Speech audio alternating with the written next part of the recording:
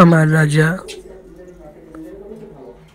সকালে ঘুম থেকে উঠে যখন আমি পাখিকে খাবার দিতে যাই, তখন গিয়ে দেখি মা রাজা খাঁচাতে শুয়েছে নিচে। এটি আমি দেখলাম তার নিথর দেহ। তাকে দেখার পর আমার একটু ভালো লাগতেছিল না। আমার মনে হয় আমি যাওয়ার কিছুদিন আগে সে এই পৃথিবীর মায়া ত্যাগ করে গেছে। কিন্তু যখন ওকে ধরলাম, তখন ওর সম্পূর্ণ শরীর নরম এবং এখনো মনে হয় গরম। এরপরে আমি ওকে অনেক ভাবে জাগানোর চেষ্টা করতেছিলাম, কিন্তু রাজা সে কোনোভাবেই সে জাগতেছিল না। ওর অবশ্য দেখে আমাকে কান্না পাচ্ছিল।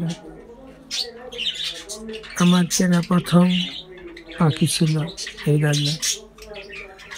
আমি অনেক আদর করে ওকে কিনে নিয়েছিলাম। যদিও ওর বউ পাখি ছিল অনেক আগে চলে গেছে। প্রায় 4 বছর যাবৎ রাজা আমার কাছেই ছিল।